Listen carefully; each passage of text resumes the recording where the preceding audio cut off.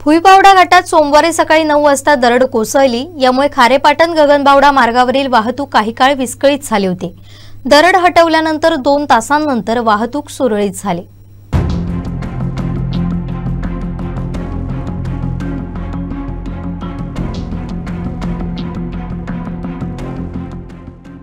भुईबावडा घाटात गगनबावड्यापासून 3 किलोमीटर अंतरावर सकाळी दरड कोसळली। रस्त्याचा अर्धाहून अधिक भाग दगड मातीने व्यापला होता। त्यामुळे खारेपाटण गगनबावडा या मार्गावरून जाणारी अवजड वाहतूक पूर्णतः ठप्प झाली होती। जेसीबीच्या सहाय्याने दरड हटवण्यात आली। 2 तासांनंतर या मार्गावरील वाहतूक सुरळीत झाली।